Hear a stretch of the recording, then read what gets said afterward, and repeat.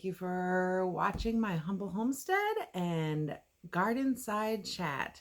So today I am going to go ahead and talk about a couple things that I can add to my Frugal series.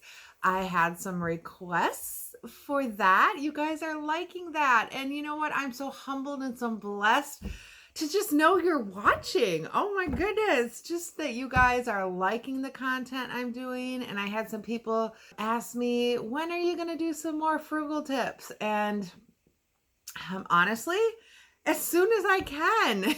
I've been, it's kind of harvest time and I've been trying to put up food.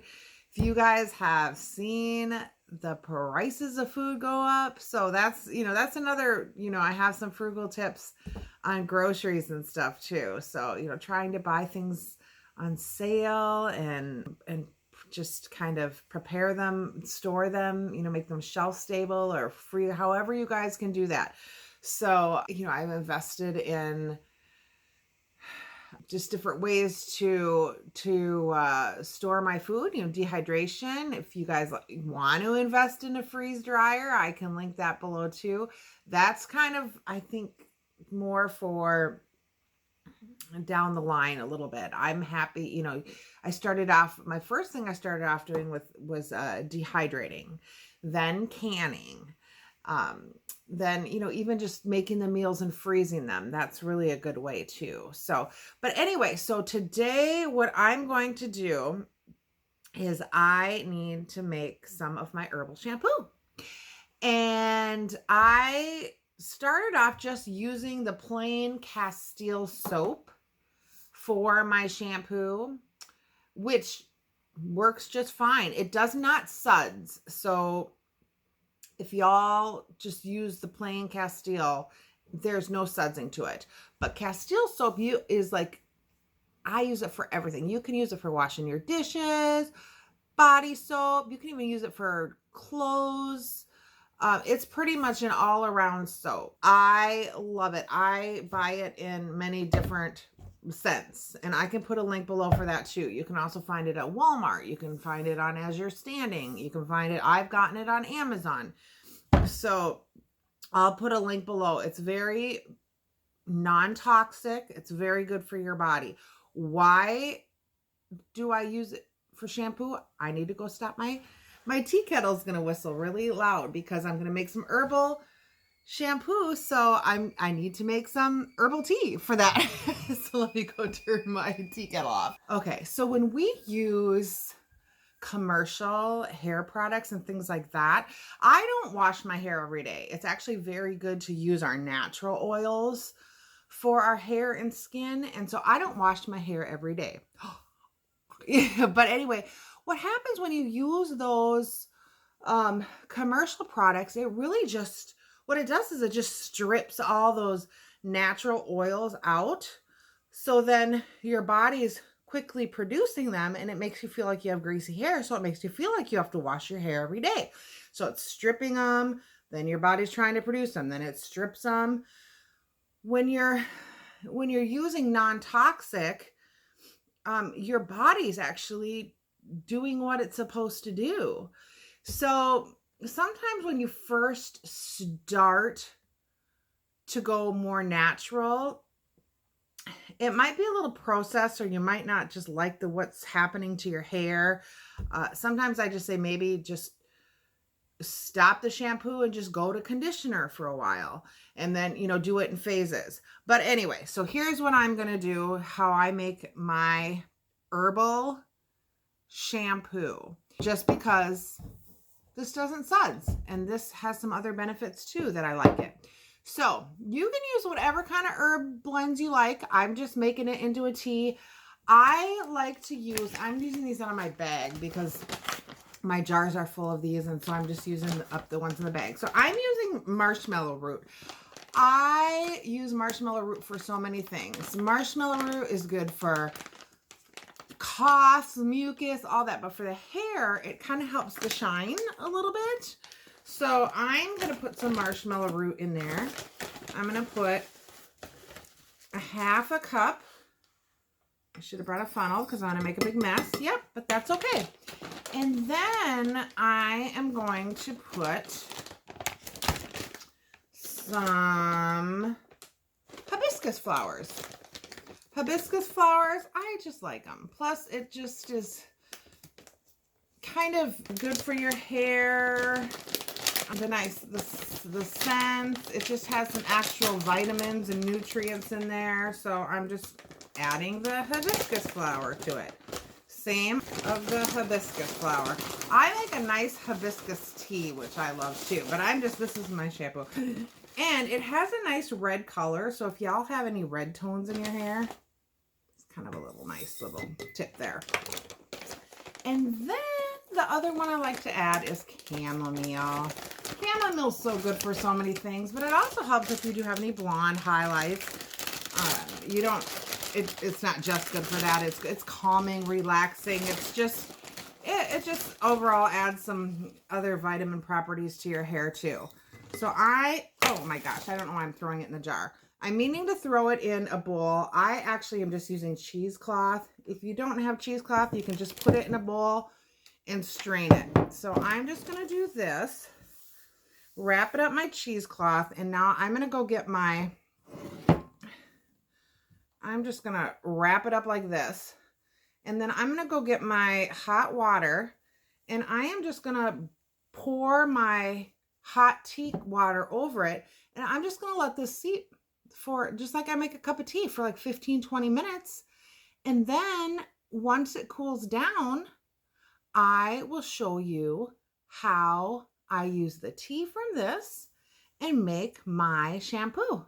Okay, we'll see you soon. Okay, welcome back, friends. So look at this beautiful color of my tea. Now you don't have to put the hibiscus in there if you're, worried about it being like the red color.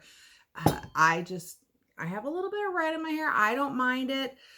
So what I'm going to do is I'm going to take my tea and I'm going to pour it into a mason jar here.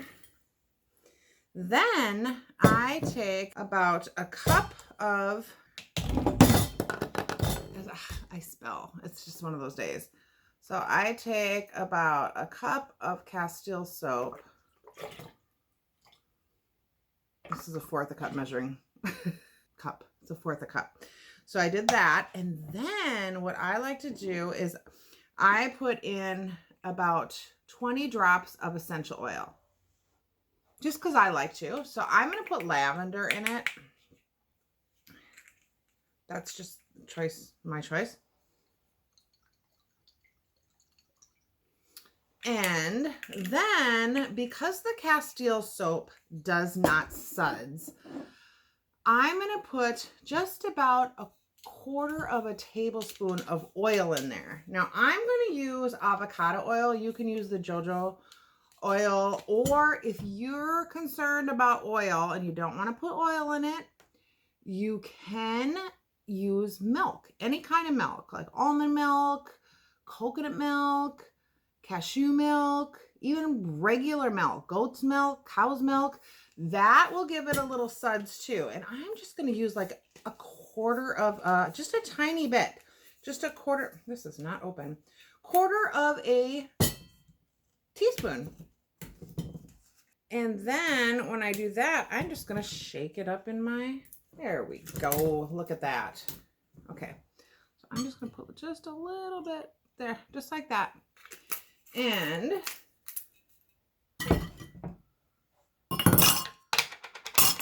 I try to not make a mess, but that does not work very well. So then I'm just going to put it in my jar and just kind of mix it up here. I don't want it to over suds or too much. And then for me, I just use these little tiny plastic bottles. If you want to just keep it in your jar, you can just take like a tablespoon and put it on your hair. But I just take 2 of these, and then the rest I leave in my jar. I label it. When I run out, I fill it up. So that's how I make my herbal shampoo. And I think it works fabulous. I like it. And it's non-toxic, saves a bunch of money. And like I said, I buy the Castile soap once and it lasts forever. And you can even dilute it. Like I use it for hand soap. I dilute it down to water. If you put it in, if you have one of those foaming pumps, like if you bought the foaming hand soap one and you use it like save those, add that, dilute them down, works great.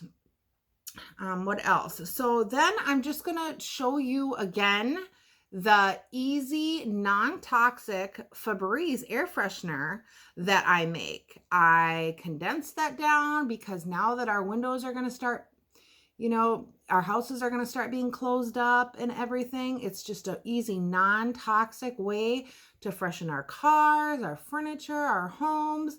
So I'll put that in there, and then you guys have a blessed day. And thanks so much for telling me what you like to see and supporting me. I appreciate you. Today I'm going to do a really quick tutorial on how to make some DIY air freshener / Febreze alternative for your home or car. So there are a couple of reasons why we wouldn't want to use the store-bought air fresheners. They have different chemicals that are actually very hazardous to our health. Chemicals that are endocrine inhibitors and bad for our breathing and other things. So this is a really simple, fast way to make an air freshener, Febreze-like type DIY that's all natural. All I'm going to take is some baking soda. I have about a tablespoon in here, and I have a spray bottle here that I have some water. I'm using about 24 ounces. Then what you use is I like to combine two kinds of essential oils. I like to use lemongrass because I like a nice fresh citrusy smell. And I like to mix it with tea tree because tea tree has some anti-micro, so it kind of disinfects too. So I like to use these two together. You can use any kind, you can even mix, just so you get like a total of, I believe it's like 60 drops for the 16 ounce. So you can use any combinations that you would like. So I'm just gonna take 30 drops here, and then I'm gonna do the same with the tea tree oil. So now what I'm gonna do is gonna mix this up. Then what I'm gonna do is I'm gonna take a funnel and I am going to pour it into my bottle of water. And then to help dissolve, I will just shake it up. Now, each time you use it, you will have to shake it up a little bit just to dissolve the oil and the baking soda. And there you go. Just have a nice little, yep, it smells great. And then I just take a black marker and I will label this. So that's how you have it. My DIY all natural Febreze air spray. Have a great day. Be blessed. Bye.